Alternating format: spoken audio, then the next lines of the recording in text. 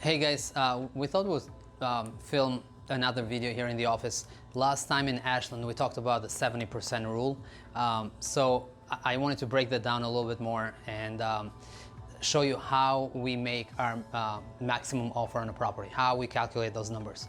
So 70% rule is it's 70% of the ARV minus repairs. ARV stands for after repair value.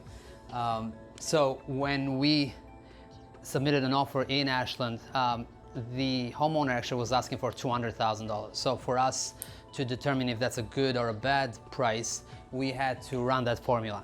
So 70%, ARV in Ashland was 380. That's the number that we came up looking at comparable sales and based on the square footage of the house. So we thought once we do the repairs, we're gonna sell that house for $380,000. So 70% multiplied by 380,000, and for repairs we had $65,000. And the number that we got at the end was $201,000. So we were very close with what the seller was asking. So we didn't negotiate that price at all. We said, yeah, that works for us. It's a win-win, so let's go for it. But so this formula saves us a lot. That makes sure that we have a profit in there that covers soft cost, and it's gonna be a successful project. The two important factors though is the ARV. You gotta make sure that you know how to calculate that. So you gotta have a good agent, or you need to know how to run comparable sales. And then the repairs, extremely important because a lot of people underestimate those, including us. We do that almost every project. You got to have a good contractor that can walk with you and say, hey, this is going to cost you X amount of dollars, right? If you overestimate, it's not a good thing. If you underestimate, it's also not a good thing. So those two numbers, extremely important. That's the 70% rule in a nutshell. Let's talk about how much we spent in Ashland, line by line. I'm going to show you exactly what that project ended up costing us to repair. And if you guys haven't watched that video, go back, take a look at the Ashland property. We put that on the market. We're closing June 22nd. So take a look at that, and these numbers will make a lot more sense at that point. All right. So I'm gonna break this down: outside expenses, inside expenses. All right, guys. So let's go over the outside expenses really quick.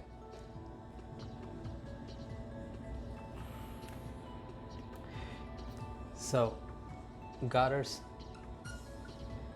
roof, windows,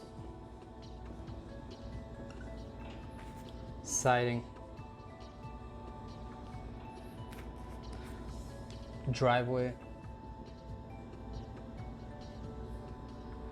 walkway, landscaping,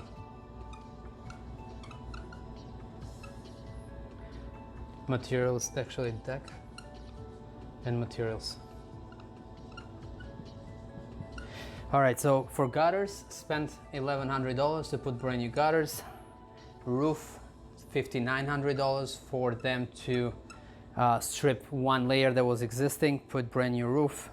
Windows, $4,740, so $4,740. That included all brand new windows throughout the house, plus the sliding door to the deck. Then siding cost us $7,800 for vinyl siding, plus $1,400 just ripping out the old siding. We spent $3,500 to put in a brand new driveway, $1,600 for a new walkway. Landscape, we spent $1,900. So curb appeal, there's three items pretty much. It's curb appeal, driveway, walkway, landscaping. It makes the property stand out, look brand new. We gotta draw the line though when it comes to landscaping, how much you're gonna spend there. We pretty much just focus on that front entrance, create a flower bed, put some mulch, mow the lawn, but definitely don't go overboard, right? We're not gonna put sod down. This is not a new construction home in Brookline, right? So you got to look at the area, you got to look what the other properties have, and you definitely don't want to overspend because you're not going to make that money back. So we had to put the walkway in, pavers, simple pavers walkway from driveway all the way to the front door, just because there was nothing there. And then the driveway, unfortunately, we couldn't get away with. We just took a beating, so had to do that as well. We went with composite decking just because the perceived value is higher. It's going to last the homeowner a long time. We advertise it as a exterior maintenance-free property because you have vinyl flooring, vinyl windows, and then composite decking. So, but it's more expensive. We spent $9,000 for the front porch and entrance. We used PVC railings and composite decking, and then composite materials, and then the decking same way, PVC and composite decking on the back. And then actually the materials was included in that. So this was labor and materials. So we spent about $27,000, $940. That's what we spent on the exterior. Right, so inside. All right, so we got a lot. So flooring.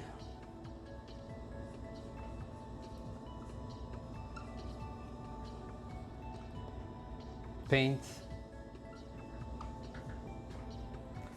Finish carpentry.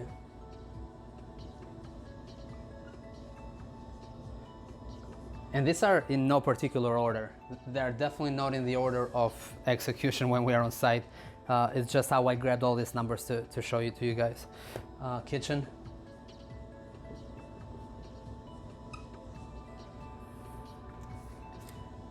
Granite countertops.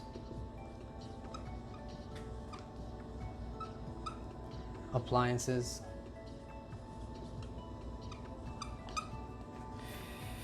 Basement.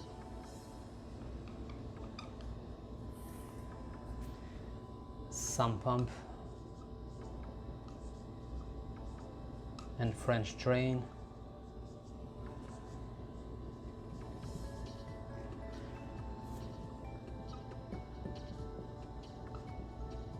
Electric.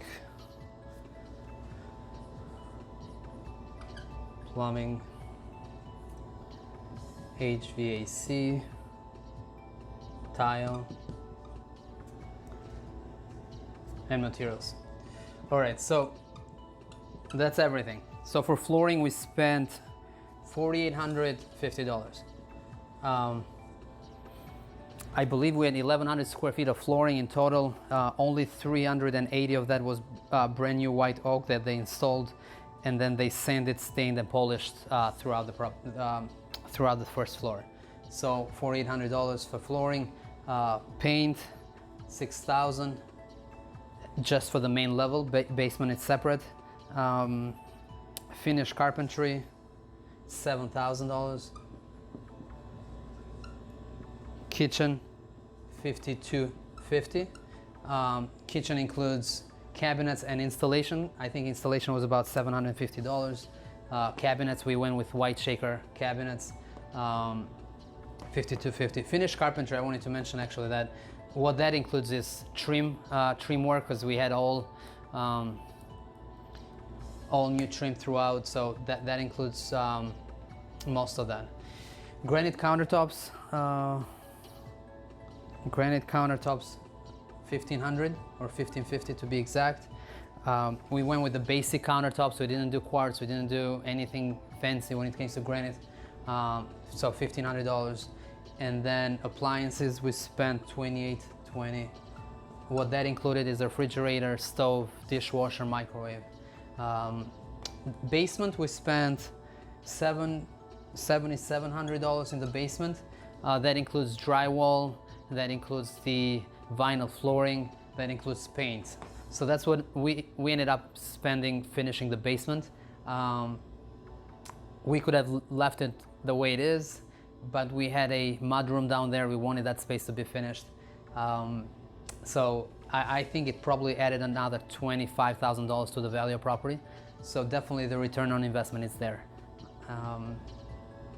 Sump up and French drain. we spent $3,200 on that. Pretty much put a sump pump and a French drain in the basement because we noticed there was some water issues in the basement. So that covered. We wanted to make sure there's no water whatsoever once we renovated that lower level. Electric, it's $3,076 plus $1,490 for the new panel, but basically put in new electric throughout, lights, the smoke detectors and things like that. So everything, you know, all new lighting throughout the property, recessed lights in the kitchen, recessed lights in the basements. So that's the electric bill for that. Plumbing, $4,950. Brand new plumbing for washer and dryer in the basement, new plumbing in the kitchen, new plumbing in the bathroom for the tub, the toilet, the vanity. So that covers all of it. HVAC, we put a brand new unit. Ductwork was existing, so we didn't touch the ductwork. That's one way to save some money. If it was in good shape, so it didn't make sense to rip it out and put brand new one. So the HVAC cost us $6,000. Tile, $2,500 total. Pretty much tile in the bathroom. Ceramic tile, 12 by 24. That's the size we used there. And then backsplash in the kitchen. We went with subway tile. Spent about $2,500 in total. And I think we had another $2,200 in materials. That I didn't really go into detail on that, but I think it covered some lights, toilet and things like that. Some doorknobs and just Home Depot materials pretty much. So total for everything inside is $89,000. I'm sorry, no, $61,000.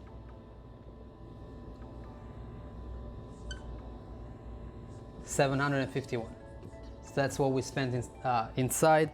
And if you add to what we spent on the exterior, the total rehab cost was $89,691. So a little bit more than what I mentioned on the first video in Ashland. I said $80,000 repairs. Total number is actually $89,691 if you include everything that we spent there. So if we go back to that formula, the 70% rule, we said we're gonna spend $65,000. And our goal obviously is to stay on budget. But as you go through that process, there's things that you have to make a decision.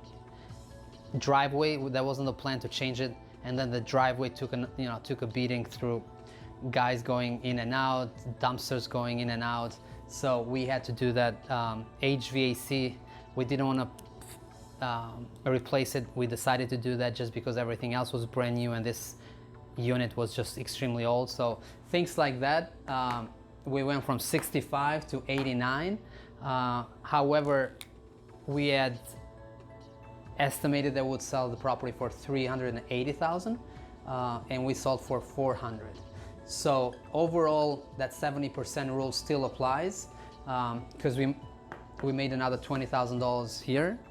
We are underestimated that number, but we spend more on the rehab. So that's where we're keeping an eye. We're trying to get better at that.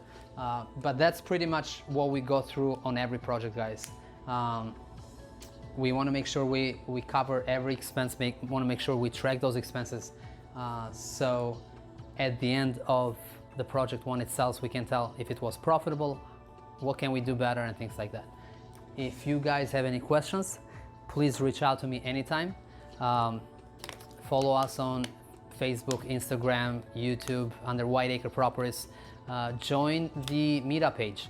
We talk about these numbers and how we find deals on the meetup all the time. So come network with me and Yoni, come network with other local investors. And the meetup page is Boston Real Estate Connection, Boston RE Connection on meetup.com. All right? All right, guys, so we spoke about the 70% rule at the beginning, right? So that's the rule of thumb. It does not break down every little thing, right? So it's just a rule of thumb for us to determine if it's a good project, if the number makes sense or not. But now that the property is under contract, and once it's gonna sell, if we have to run those numbers to see what our profit looks like, this is what we're gonna do. Purchase price, 200. Repairs, we just talked about it, and the total was 89,691. I'm gonna put soft cost here, but I'm gonna round up the numbers. So just so we can go through this exercise really quickly, but soft cost, and let me actually make sure I cover all of it. So it's closing cost. When you buy the property, you have cost, right? As far as the attorney fee, lender fee, recording fees, and all that stuff. So you got closing costs right up front.